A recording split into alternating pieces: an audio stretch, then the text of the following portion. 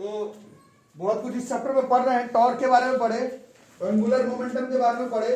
बार बार class में आके मैं रोटेशनल एनालॉग लिखते रहता हूं कि लीनियर मोशन में ये होगा तो रोटेशनल मैकेनिक्स में क्या होगा, है ना। तो उसी में अब हम लोग आगे बढ़ेंगे with this topic. These are equations of uniformly, 9th class से पढ़ रहे हैं यूनिफॉर्मली एक्सेलरेटेड मोशन। ये तो 9th में भी पढ़े, 10th में भी पढ़े, 11th में भी पढ़े, फिर से थोड़ी पढ़ेंगे। Equations of uniformly accelerated rotational motion पढ़ेंगे इस चैप्टर में, ठीक है।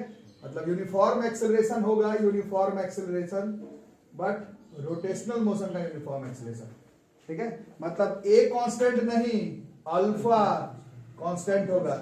अब इसमें मैं हर दिन लेक्चर देते रहता हूं, फिर से दे रहा हूं लेक्चर।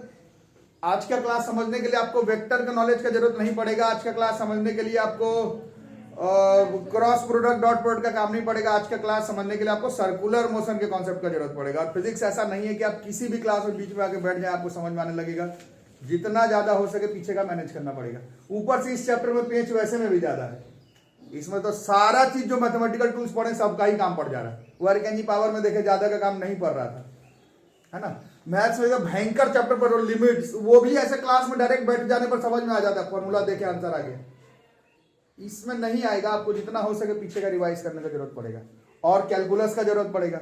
सर्कुलर मोशन चैप्टर जो लोग पढ़े हैं 2-3 बार पढ़ाया जा चुका है, उसमें बताया गया है कि एंगुलर एक्सेलरेशन क्या, क्यों, किस लिए होता है। एक बार पढ़ो, जाके डायनामिक्स ऑफ सर्कुलर मोशन पढ़ो, फिर इस चैप्टर में उसको कनेक्ट करो। तो आज पढ़ेंगे equations of uniformly accelerated rotational mechanics, rotational motion, ठीक है। और जैसे यूनिफॉर्मली एक्सेलरेटेड लीनियर मोशन सबको याद रहता है, v बराबर u प्लस एटी, s बराबर ut plus half A T square, v square equal to u square plus 2as। वो मैं हर 9th से 12th क्लास तक हमेशा पता था। क्यों याद रहता है वो? क्योंकि वो बार बार आता है, हर चैप्टर में आ जाता है तो याद हो जाता है। ये जो अभी पढ़ोगे ये हर चैप्टर में नहीं आता है। आज पढ़ेंगे मैक्सिमम, परसों पढ़ेंगे इसमें न्यूमेरिकल, उसके बाद में तुमको 11th में दिखेगा ना 12th में, तो नहीं याद हो पाता है बच्चों को। तो आप थोड़ा सा दिमाग लगाइए। हार्ड और टफ का बात नहीं है, ऐसा ही होता है। जो चीज ज्यादा बार पढ़ लिए, बार बार आते रहता है, उस पर हम लोग ज्यादा फोकस कर लेते हैं, है ना। जैसे लाइट के बारे में बात करो, कोई कनेक्शन नहीं, बट अभी 12th में पढ़ा रहा था इसलिए याद आ रहा है। जैसे लाइट आप लोग 7th-8th क्लास से पढ़ रहे हैं कि दोनों थ्योरी फॉलो करता है, वेव थ्योरी भी फॉलो करता है, पार्टिकल थ्योरी। लेकिन अभी तुमसे वेव थ्योरी से लाइट का बात बताओ तो तुम एक वर्ड नहीं बोल पाओगे। जैसे 7th-8th से सबको मालूम है कि लाइट दोनों थ्योरी फॉलो करता है, लेकिन अभी वेव के ऊपर लाइट के बारे में कुछ बात बताओ तो तुम एक शब्द स्टार्ट कहां से करना वो भी नहीं कर पाओगे, क्योंकि तुम्हें पढ़ाया नहीं गया है। ये बताया गया है कि लाइट दोनों थ्योरी फॉलो करता है, बट वेव थ्योरी से लाइट पढ़े कहां हो? पढ़े हो वही पार्टिकल रे ऑप्टिक्स से पढ़े हो, रे डायग्राम बनाए हो 10th में, 8th में, 9th में। तो बात वही, ये पढ़े नहीं तो मालूम नहीं वाली बात है।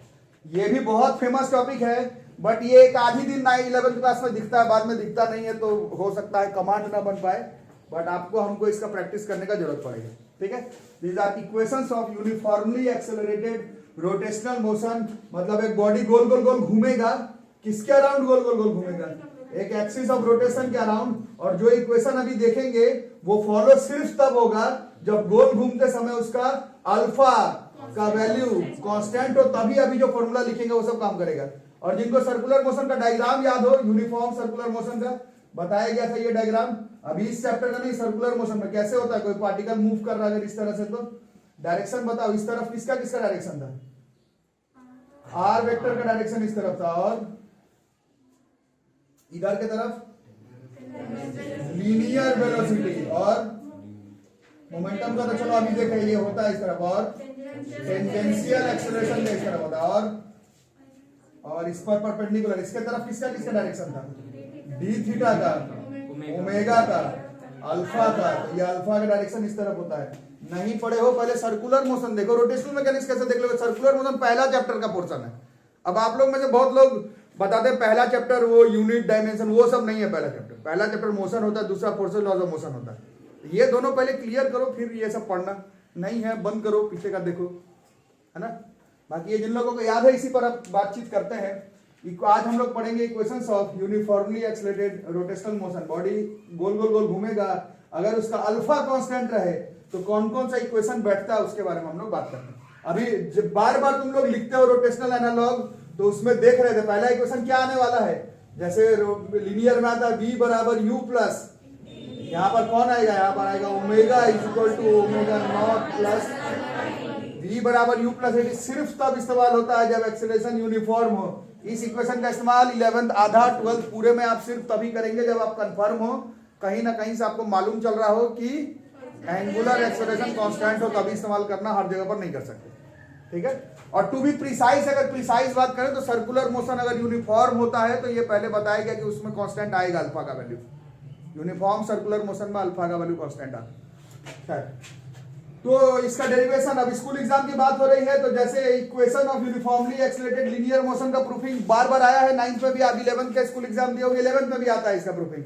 ग्राफिकल मेथड पर भी आता है और कैलकुलस मेथड पर भी आता है, अरे आया भी होगा अभी स्कूल एग्जाम।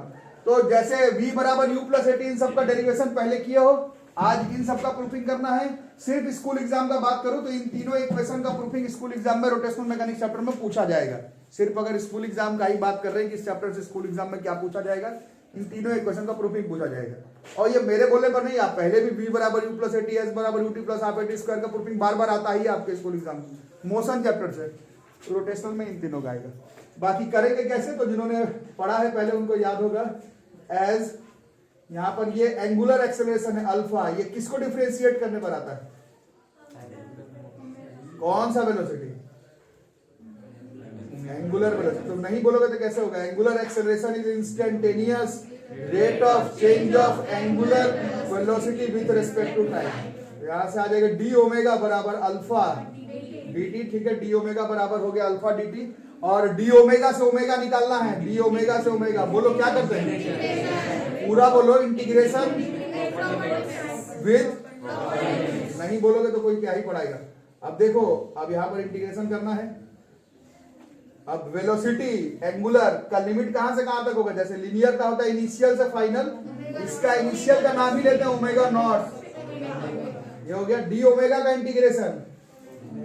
अरे नहीं, ऐसे बैठे रहने के लिए ट्यूशन आए हो। अब देखो यहाँ पर राज की बात है जो कि पहले से जानते हैं बच्चे, ये इंटीग्रेशन है और इसमें अल्फा को बाहर निकाल रहे हैं, ये इसका मतलब है I am doing some cheating, और ये चीटिंग है, ये अल्फा को बाहर निकालने का मतलब है कि आप मान रहे हैं कि अल्फा का वैल्यू कांस्टेंट है। इसका मतलब अभी जो भी फॉर्मूला अभी यहाँ पर आएगा वो सिर्फ आप तभी इस्तेमाल करेंगे जब एंगुलर एक्सेलरेशन का value constant, otherwise you can not use it, ठीक है। इसीलिए प्रूफिंग विद इसमें पढ़ना पड़ता है, dt 0 से t, upper limit lower limit आता है integration, this is omega minus omega naught, dt का integration is t, this is t से 0, this omega minus omega naught is equal to alpha into t, and this omega is equal to omega naught plus alpha t। This is known as first equation of uniformly accelerated rotational motion है। जैसे वहां पर v बराबर u plus 80 है, तो यहाँ पर omega बराबर omega naught plus alpha t है। पीछे का नहीं पढ़ा हुआ है तो पहले पीछे का पढ़ने का आदत डालिए, ठीक है। लिखो दूसरा इक्वेशन क्या होता है, s बराबर उसमें होता है ut प्लस, तो इसमें क्या होगा, थीटा इज इक्वल टू, यही होगा, बट कैसे होगा तो उसके लिए थोड़ा सा दिमाग लगाएं। इसका क्या होगा,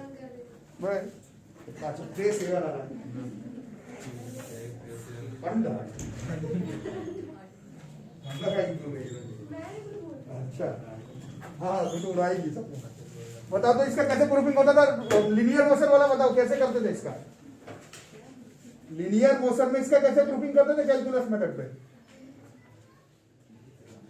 3 बार करवाया हूं पहले, किसको डिफरेंशिएट करके क्या अप्रोच करूं बताओ, निकालो लीनियर मोशन वाला प्रूफिंग निकालो, तो सब लोग है कॉपी में है, निकालो निकालो, ऐसे रिवीजन होगा, निकालो लीनियर मोशन का इक्वेशन ऑफ यूनिफॉर्मली। और ये 2 बार एक्चुअली में इसका मैं प्रूफिंग करवा चुका हूं, एक बार जहां पर एप्लीकेशन सिखा रहा था डिफरेंशिएशन इंटीग्रेशन का, वहां पर भी इसका प्रूफिंग बताया, एक बार निकालो। क्या वो थर्ड में, अच्छा हाँ, वेलोसिटी बराबर, ठीक है, ओमेगा बराबर, ठीक है। तो चलो कुछ लोग बता रहे, ये ऐसे होता था, एज ओमेगा बराबर क्या हो जाएगा, ओमेगा बराबर होगा D theta by D T, तो इससे डी थीटा बराबर कितना हो जाएगा, ओमेगा डी टी। और अभी जस्ट प्रूफिंग किया ओमेगा का, क्या प्रूफिंग किया, ओमेगा नॉट प्लस, यहीं पर हो गया चीटिंग, क्योंकि तुमने ओमेगा के जगह पर omega naught plus alpha T use किया है। ये क्या है ये? This is first equation of uniformly accelerated rotational mechanics. जैसे ही इसमें यूज किया, इसका मतलब अब जो भी आंसर आएगा वो सिर्फ तुम तभी यूज कर सकते हो जब equation uniformly accelerated rotational mechanics का होगा तभी। और क्या आएगा? दिस इज डी थीटा, पीछे का याद करो बच्चों, this is omega naught D T plus alpha T D T, और डी थीटा से थीटा निकालने का पूरा मिल्की वे में एक ही तरीका है, क्या? इंटीग्रेशन। इसमें ओमेगा, हाँ ओमेगा नॉट बाहर, इसमें अल्फा को बाहर, फिर चीटिंग हुआ, अल्फा बाहर निकालने का मतलब है कि आप कह रहे हैं सामने वाले को कि हम इस इक्वेशन का इस्तेमाल सिर्फ तब करेंगे जब equation uniformly accelerated rotational mechanics का होगा। डी थीटा का लिमिट लगाते हैं कहां से कहां तक? ये 0 से थीटा, टाइम का 0 से टी, टाइम का 0 से टी। डी थीटा का integration is theta, this is theta से 0। डी टी का इंटीग्रेशन इज टी, इस 0 से टी, और t का पावर 1 का इंटीग्रेशन कितना होता है? t का पावर 2/2, दिस इज t से 0। Upper limit minus lower limit, तो थीटा आएगा, ओमेगा नॉट t आएगा, प्लस कितना हो गया? Half alpha t square. तो जैसे s बराबर होता है ut plus half at square, वैसे ही रोटेशनल मैकेनिक्स में थीटा बराबर omega naught t plus half alpha t square. और इसका प्रूफिंग करने के लिए आप लोगों को कॉपी देखने का जरूरत पड़ रहा है, ये नहीं होना चाहिए ना। इसका, इसका और इसका, इन तीनों का प्रूफिंग के लिए आप कॉपी नहीं देख सकते हैं। इन तीनों का 3 तरीके से प्रूफिंग कर सकते हैं। 9th में एनालिटिकल मेथड पढ़ाया गया, 9th में ग्राफिकल मेथड पढ़ाया गया, 11th में कैलकुलस मेथड पढ़ाया गया। ये तीनों इक्वेशन का प्रूफिंग करने के लिए आप पीछे नहीं देख सकते। ये तीनों का पीछे देखने का मतलब है आपका 1 पैसे का भी तैयारी नहीं है एग्जाम का। ये तो पहला टॉपिक है, equation of uniformly accelerated motion. इसके लिए पीछे देखना मतलब फिर शर्म वाली बात हो गई। इसके लिए ये ठीक है, ये कुछ नया सीख रहे हैं आज, रोटेशनल मैकेनिक्स पहली बार जान रहे हैं, थीटा कहा, अल्फा का, ये मान सकता हूं। इसके लिए बार बार पीछे देखना तो सेट नहीं हो रहा है बात। ठीक है, लिखो जल्दी। एक बार थर्ड इक्वेशन देखते हैं।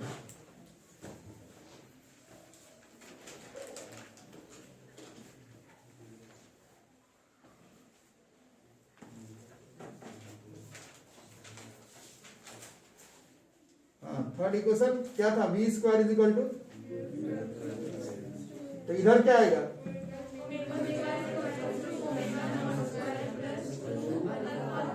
ठीक है, देखो कैसे याद हो रहा है, क्योंकि तुमको रोटेशनल अलग वाला याद हो गया है। ये याद करो, तुम्हारा काम बन गया। प्रूफिंग का आचार ही डालोगे नीट के एग्जाम में, थोड़ी प्रूफिंग करोगे जाके।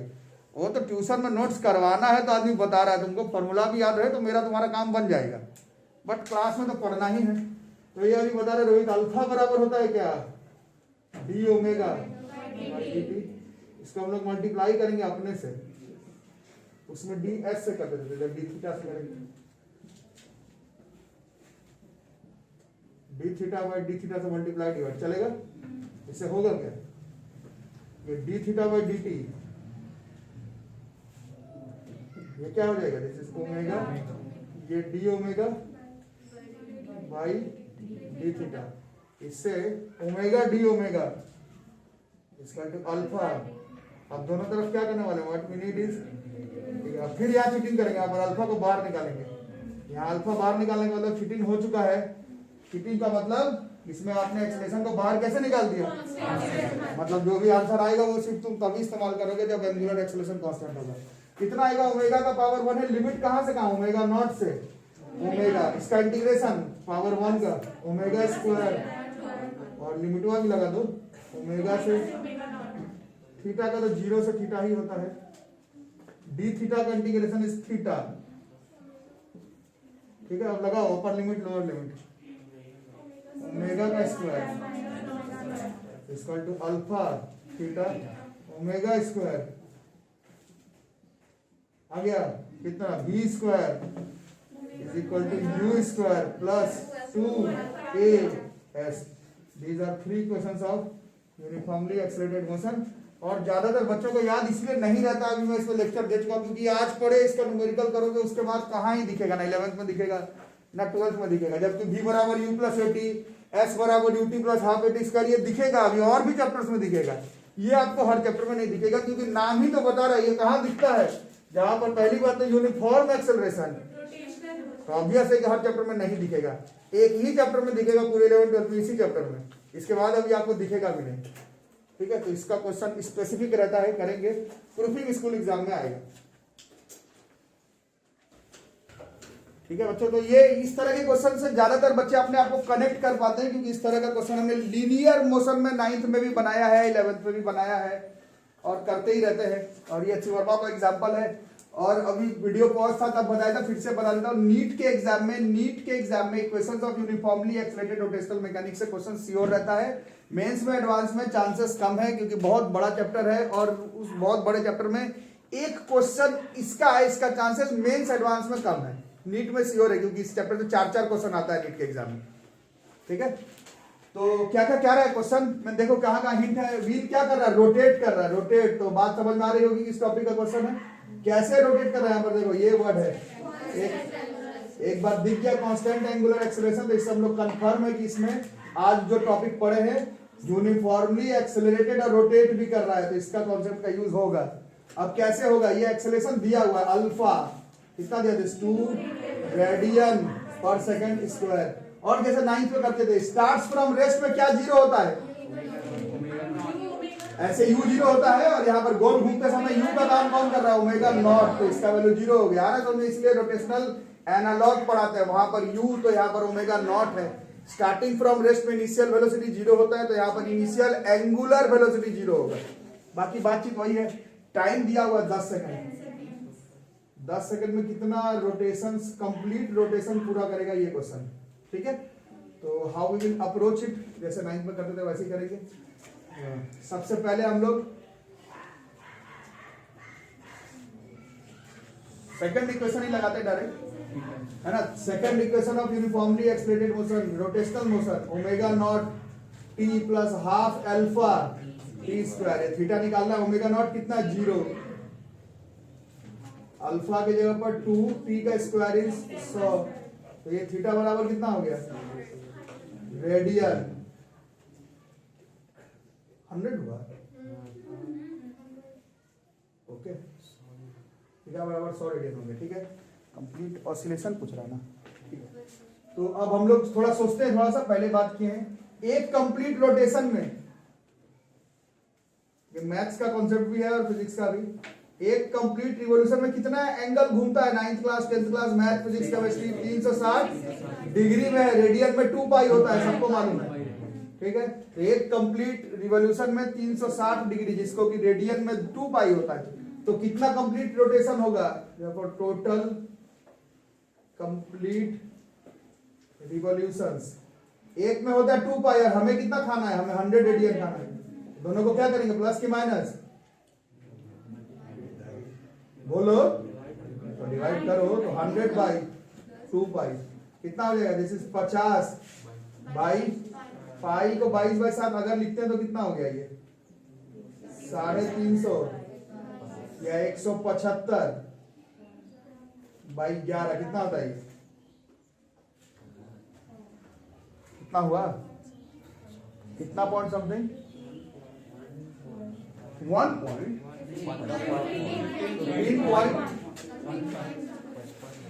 16 होगा। 16 गुना 11 कितना होता है, 16 इंटू 11, 16 गुना 11 कितना होता है, तो 175 है, मतलब 16 का नहीं, 15.1 तो 15.9 से ऊपर चले जाएगी। पूरा करना है तो करो, नहीं तो 15.9 के करीब करीब होगा। अब ये आ गया समझ में, ये इस क्वेश्चन का आंसर है। इतने ही बार क्या होगा, नंबर ऑफ कंप्लीट रोटेशन, यही पूछा गया था, 10 सेकंड में कितने बार घूमेगा, तो लगभग 15.9 बार घूमेगा। ठीक है, अब इसको थोड़ा समझ लेना। मेंस में, नीट में अगर ये वर्ड लिखा हुआ रहे रिवॉल्यूशन, तब तो ठीक है, 15.9 को हम लोग राउंड अप कर देंगे, कितना हो जाएगा। लेकिन अगर मेंस में, नीट में इसी क्वेश्चन में कंप्लीट रिवॉल्यूशन पूछा हुआ रहता तो आंसर 15 हो जाता। 15.9 बार कैसे घूमेगा, अगर कंप्लीट ऑसिलेशन होता तो 15.99 भी आ रहा होता तो भी आंसर 15 पे मारना पड़ता। लेकिन ये किताब का क्वेश्चन है, किताब में 15.99 को हम लोग राउंड अप करके 16 लिख सकते हैं, जेई में, नीट में नहीं कर सकते। 15.99 भी आ रहा होगा और कंप्लीट वर्ड लिखा हुआ होगा तो आपको 15 पर ही बनाना पड़ेगा। वो तो मेंस नीट की बात हो गई, ये बुक का क्वेश्चन है। 15.99 को ऐसे 16 लिख सकते हैं हम लोग। ठीक है, ठीक है, क्वेश्चन तो बनते रहेगा। पहले क्वेश्चन को थोड़ा सा अपने को थोड़ा सा क्वेश्चन का मतलब ही फिजिक्स में क्या होता है, फिजिक्स में कोई भी क्वेश्चन क्यों पढ़ा जाता है, आपको प्रैक्टिकल एप्लीकेशन करवाने के लिए। इस क्वेश्चन को सोचो, इसका क्या मतलब है। एक व्हील है, रोटेट कर रहा, हमारे अगल बगल कौन सा व्हील आप देखते हैं, व्हील के शेप का, जो लगातार एक कंप्लीट ऑसिलेशन पूरा करता है और एक फिक्स्ड एक्सिस ऑफ रोटेशन कर रहा हूं। घड़ी बोल सकते हैं, बट घड़ी इतना स्पीड में नहीं करता है, काफी स्पीड है क्वेश्चन। फैन सीधा सा बात है, अभी तो ठंडा में तो बंद हो गया, बट ये सिंपल। अरे क्वेश्चन में क्या लिखा छोड़ो, जो मैं समझा रहा हूं पढ़ो, क्वेश्चन तो बनते रहता है। इस क्वेश्चन को एनालाइज करो तो ये पंखा है, टेबल फैन वगैरह कैसा भी, वो क्या कर रहा है, रोटेट। और पंखा का रोटेशन देखो घर पर कैसे होता है, जब वो अपने फुल स्पीड पर आ जाता है तो उसका रोटेशन,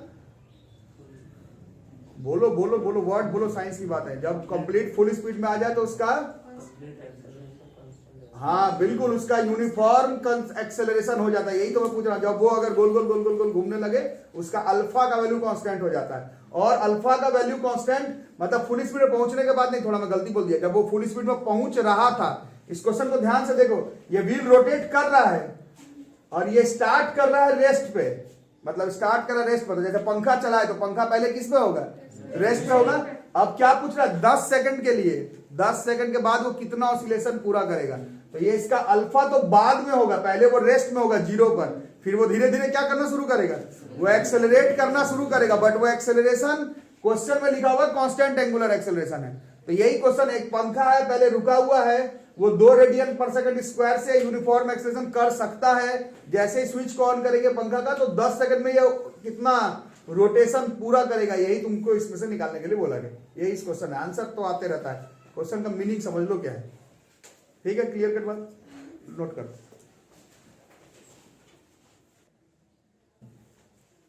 तो अब अगला क्वेश्चन देखते हैं। और तो क्वेश्चन है फ्लाई व्हील। फ्लाई व्हील गन्ना वगैरह का जो जूस निकाला जाता है, जो मशीन होता है, और वैसा और भी ऐसा गोल घूमने वाला जो मशीन है, उसको हम लोग कहते हैं फ्लाई व्हील। देखो वो रोटेट कर रहा है कितने पर, 420 रिवॉल्यूशन मार रहा है कितने देरी में, पर मिनट में। अब वो धीरे धीरे क्या हो रहा है, अब वो स्लोज डाउन कर रहा है, धीरे धीरे स्लोज डाउन हो रहा है। बट स्लो होने का जो एक्सेलरेशन है, एंगुलर एक्सेलरेशन, वो कांस्टेंट है कितने का, इस बार टाइम पूछ रहा है कि कितने टाइम के बाद वो गोल घूमते घूमते घूमते घूमते रुक जाएगा। ऐसा ही क्वेश्चन लिनियर मोशन में भी तो करते थे, लिनियर में भी तो रहता था, एक बॉडी का स्पीड है, चल रहा है 40 मीटर पर सेकंड से, फिर वो ब्रेक लगाया, ब्रेक लगाने पर धीरे धीरे उसका स्पीड कम हो रहा है, कितने देरी के बाद गाड़ी रुक जाएगा। ये सब इस तरह का क्वेश्चन लिनियर मोशन में भी किए हो। रोटेशनल मोशन और लिनियर मोशन में मेन डिफरेंस क्या है, लिनियर मोशन में तुम डिस्टेंस निकालते थे कि कितना डिस्टेंस जाके रुकेगा, इसमें तुम्हें रोटेशन की बात हो रही। बाकी आप इसको, इस चैप्टर को बिल्कुल कनेक्ट करो लिनियर मोशन से, नहीं तो ये चैप्टर काफी टफ लगेगा। अगर आप लोग इस चैप्टर को लिनियर मोशन के साथ लिंक नहीं कर पाएंगे तो rotational mechanics is a very tough chapter. ठीक है, बाकी अब इसमें देखते हैं क्या क्या है। घूम रहा है, ठीक है, मतलब ओमेगा नॉट निकालना है, ओमेगा नॉट मतलब शुरुआत का वेलोसिटी है ना। अब देखो कैसे निकालते हैं, अब इसमें थोड़ा सा यूनिटरी मेथड लगाएंगे। 420 रिवॉल्यूशन पर मिनट में कितना सेकंड होता है, 60 सेकंड। 60 सेकंड में कितना रिवॉल्यूशन, 60 सेकंड में 420, तुम लोग जैसा। तो 1 सेकंड में कितना रिवॉल्यूशन होगा, 7 रिवॉल्यूशन, 1 सेकंड में 7 रिवॉल्यूशन। अब 9th क्लास का थोड़ा कॉन्सेप्ट लगाना, और यू कैन से 11th का भी बोल सकते हो। 1 सेकंड में जितना रिवॉल्यूशन होता है उसको लीनियर फ्रीक्वेंसी एफ कहते हैं। 9th में ही पढ़ाया गया, 8th में साउंड चैप्टर में पहली बार पढ़े थे। नंबर ऑफ ऑसिलेशंस पर second is frequency. 9th 10th में फ्रीक्वेंसी बोल के काम चल जा रहा था, 11th 12th में एंगुलर फ्रीक्वेंसी और लीनियर फ्रीक्वेंसी अलग वर्ड है, बट फ्रीक्वेंसी कह लेते हैं। 1 सेकंड में इतना ऑसिलेशन, तो एफ हो गया, कितना हो गया, this is 7, this is revolutions पर सेकंड। अब ओमेगा का फॉर्मूला हम लोग ने पढ़ा है, ओमेगा बराबर होता है 2 पाई बाई टी, याद होगा 11th में 12th में बहुत बार पढ़ना है। 1 बाई टाइम पीरियड को क्या कहते हैं, लीनियर फ्रीक्वेंसी। तो ये ओमेगा यहां से निकलेगा, और ये शुरुआत वाला है ना, तो ओमेगा नॉट बराबर कितना हो जाएगा, 2 pi into F, this is 14 पाई, और ओमेगा की यूनिट रेडियन पर सेकंड। कुछ आया कि बाउंस कर गया, या फिर अभी जैसे पिछला क्वेश्चन में किए थे वैसे भी कर सकते हो। 1 सेकंड में 7 रिवॉल्यूशंस पर सेकंड हुआ, और 1 रिवॉल्यूशन पूरा करने में कितना एंगल हो जाता है, डिग्री में, रेडियन में 2 पाई होता है। तो 7 ऑसिलेशन गुना 2 पाई कितना हो गया, तो 14 पाई हो गया, वही बात हो रही है ना, बट ये पढ़ना है, ओमेगा का फॉर्मूला आपको पढ़ना। क्या ओमेगा नॉट इतना हो गया, फाइनल कितना हो गया, देखो बॉडी रुक गया है, रुकता था तो 9-10 पे फाइनल वेलोसिटी 0 लेते थे, इसमें फाइनल एंगुलर वेलोसिटी 0 लेंगे। तो ओमेगा नॉट हाथ में है, अल्फा भी मालूम, अल्फा कितना है -2, स्लोज डाउन। ब्रेक वाला क्वेश्चन करते थे, रिटार्डेशन -2 लेते थे, तो ये रिटार्ड करा, रुक रहा है, -2 रेडियन। और टाइम निकालना जो लगता है पहला इक्वेशन काम करेगा, omega is equal to, omega का है भैया 0, 14 पाई -2t 14 पाई, t बराबर 7, पाई के जगह पर 22/7, 22 सेकेंड। अब इस क्वेश्चन को कनेक्ट कर सकते हो, बिल्कुल कनेक्ट कर सकते हो। पंखा ही मान लो, फ्लाई व्हील को पंखा ही मान लो, वो एक खास स्पीड से क्या करते रहता है, वो दिया हुआ है, खास स्पीड होता है उसको गोल घूमने का, वो खास स्पीड दिया हुआ है। अब तुमने स्विच ऑफ कर दिया घर का, अब क्या करता है वो पंखा, स्लोज डाउन होता है, क्या कम होता है, स्पीड कम होता है, क्या फिक्स हो सकता है, एक्सेलरेशन फिक्स हो सकता है, जरूरी नहीं हो, इसमें दिया हुआ है कि वो फिक्स एक्सेलरेशन रिटार्डेशन से धीमा हो रहा है, स्पीड कम हो रहा है, एक्सेलरेशन सेम है, क्वेश्चन में लिखा हुआ, मेरा स्टेटमेंट नहीं है, ठीक है। तो फिर तुमसे पूछा जा रहा है कि धीरे होते होते होते होते होते होते कितने देरी के बाद रुक जाएगा, तो 22 सेकंड के बाद रुक जाएगा, कितने बार गोल घूम के रुक जाएगा वो भी निकाल सकते थे। तो रोटेशनल मैकेनिक्स में इस तरह का क्वेश्चन है, लीनियर मोशन में कितने स्पीड से आगे चला जाएगा, 7 सेकंड के बाद कितने दूर चला जाएगा, 12 सेकंड के बाद बताओ उसका फाइनल स्पीड कितना हुआ है, 16 सेकंड के बाद बताओ उसका एक्सेलरेशन कितना हुआ, इसमें अलग है, इसमें कितने बार घूमा, कितने देर में रुक गया, एंगुलर एक्सेलरेशन बता दो कितना होगा, ये सब चीजें डिस्कशन होगी, ठीक है, नोट कर लो। चलो देखो बनाते हैं, the wheel of a rotor, ये अच्छी वर्मा का है, फिर देखो कुछ लोग का आंसर भी आ गया है, the wheel of a motor है, ये वर्ड यहां पर एक्सेलरेट्स यूनिफॉर्मली, यहां हिंट है, फ्रॉम रेस्ट मतलब क्या 0, रोटेट्स थ्रू 2.5 रेडियन, थीटा दिया हुआ है, कितना एंगल से घुमा है, तो भैया 2.5 रेडियन से घुमा है, कितने देर में, 1 सेकंड में, और इसका क्या कांस्टेंट है, तो वही एक्सेलरेशन हम लोग निकाल लेते हैं, एंगुलर एक्सेलरेशन। तो this is omega is equal to omega naught plus alpha t, तो ओमेगा की जगह पर भैया तो पता नहीं है, नहीं ओमेगा निकाल के क्या करें, सेकंड लगाना पड़ेगा, theta is equal to omega naught t plus half alpha t square, theta की जगह 2.5 ये रेडियन में, अच्छी बात है, ओमेगा नॉट 0 है, हाफ की जगह हाफ है, अल्फा का पता नहीं t 1 है, तो इस अल्फा बराबर कितना हो गया 5 रेडियन पर सेकंड स्क्वायर, ये हो गई पहला केस में। अब नेक्स्ट सेकंड मतलब 1 सेकंड और 1 सेकंड मतलब टोटल कितना हो गया, ठीक है, मतलब टाइम अगर 2 सेकंड हो, कहां से, शुरू से ना, शुरू से अगर 2 सेकंड हो तो थीटा कितना हो जाएगा, थीटा बराबर शुरू से 2 सेकंड है, omega naught t plus half alpha t square. अब बताओ ओमेगा नॉट तो 0 ही रहा, हाफ हाफ रह गया, अल्फा की जगह 5 हो गया, टी का स्क्वायर 4 हो गया, ये कितना हो गया, दिस इज 10 रेडियन। तो पहले कितना रेडियन घुमा हुआ था, पहले 2.5 रेडियन, और 2 सेकंड के बाद कितना घूम गया, तो दोनों सेकंड के बीच का पूछ रहा है, देखो angle rotated in second, angle rotated इन सिर्फ दूसरा सेकंड में पूछ रहा है, 1 सेकंड के बाद 2.5 रेडियन है, 2 सेकंड के बाद 10 रेडियन है, तो सिर्फ पहले से दूसरे सेकंड में कितना हो गया, दिस इज 10 रेडियन माइनस कितना, 7.5 रेडियन, आ रहा समझ में, अरे अपने बच्चा हो तुम लोग, पढ़ते नहीं हो करते, बाकी सब ठीक है। चलो एक और एक्स वर्मा का क्वेश्चन कर लो, फिर ये खत्म। क्या क्या लिख रहा है, motor of an engine is rotating about an axis, घूम रहा है कितने से, 100 रिवोल्यूशंस पर मिनट। इसको थोड़ा सुधार लो, कैसे कैसे होगा, क्या निकालना अभी बताए, तो ओमेगा नॉट निकालना है, कैसे निकालोगे थोड़ा बताओ ना यार, नहीं बना मेरे को बताओ, यूनिटरी मेथड, क्या 1 मिनट मतलब 60 सेकंड में कितना ऑसिलेशन पूरा कर रहा है, रिवॉल्यूशन, 60 सेकंड में 100 रिवॉल्यूशन, 1 सेकंड में 1 सेकंड में 100/60 रिवॉल्यूशन, नहीं मतलब कितना हो गया 5/3। अब याद हो तुम ओमेगा बराबर 2πf लगाओ, और वो नहीं भी पड़ा हुआ तो भी ऐसे सोचो, एक रिवॉल्यूशन में कितना एंगल 360 डिग्री रेडियन में 2 पाई है ना, तो 15 सेकंड में नहीं, हाँ 1 सेकंड में इसी को पहले कन्वर्ट करते हैं, 5/3 इंटू 2 पाई है ना, कितना हो गया 10 पाई/3 रेडियन पर सेकंड, ये ओमेगा नॉट हो गया। अरे समझ, ठीक है। अब ये यहाँ पर लिखा हुआ है 15 सेकंड में रुक जा रहा है, तो टाइम हो गया 15 सेकंड में क्या हो जा रहा है, रुक जा रहा है बॉस। रुक जाने का मतलब क्या हो गया, फाइनल एंगुलर वेलोसिटी इज 0। अब हमें क्या निकालना है, कितने रिवॉल्यूशंस पूरा किया है। पहले क्या निकाला जाए, पहले omega angular acceleration omega naught plus alpha T, और ये लिखा हुआ है यहाँ पर कांस्टेंट एंगुलर डी एक्सेलरेशन, इसलिए यूज कर सकते हैं। ओमेगा की जगह पर अंडा, दिस इज 10 पाई/3 अल्फा 15, ये इधर चला गया तो 15 अल्फा बराबर -10 पाई/3, तो अल्फा बराबर कितना हो गया, 2 पाई।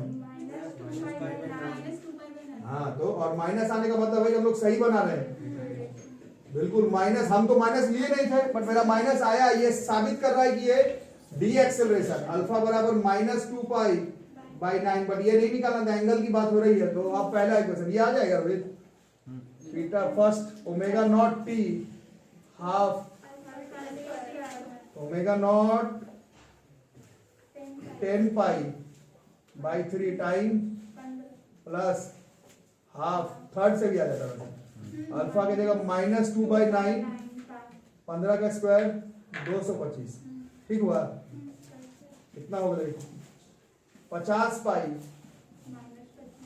जो 25 बार में कट गया, -25 पाई, तो थीटा बराबर कितना हो गया रेडियन, 25 पाई रेडियन। कितने सेकंड में 25 पाई रेडियन, 1 सेकंड में, नहीं 15 सेकंड में, मतलब 25 पाई रेडियन घुमा है। अब एक रिवॉल्यूशन में कितना एंगल घूमता है, हाँ एक रिवॉल्यूशन में 2 पाई रेडियन घूमता है 360 डिग्री। तो कंप्लीट रिवॉल्यूशंस कैसे निकालेंगे, प्लस करके कि माइनस करके, अरे लड़का अपने हो तुम लोग। कंप्लीट रिवॉल्यूशंस 25 पाई/,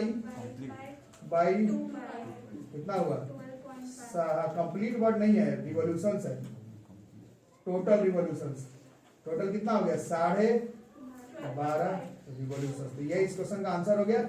और अगर यही चीज अभी मैं थोड़ी देर पहले पूछा था, अगर इसमें कंप्लीट वर्ड लिखा हुआ रहे मेंस में, नीट में, स्कूल एग्जाम में 12.99 भी आ रहा होता तो भी 12 लिखना होता, अगर कंप्लीट वर्ड पूछा हुआ रहे तो। नहीं पूछा है, कितने बार घुमा, तो 12.5 बार घूमते घूमते घूमते वो पंखा क्या हो जाएगा, वो पंखा जो है वो रुक जाएगा। ये इस क्वेश्चन का मीनिंग, ठीक है। तो ये आप लोग देख लीजिए, these are equations of uniformly accelerated motion. पीछे का जितना जल्दी जितना ज्यादा हो सके रिवाइज करो, पढ़ो, फिर आगे का पढ़ने में सबको मजा आएगा। तो मिलते हैं अगले क्लास में।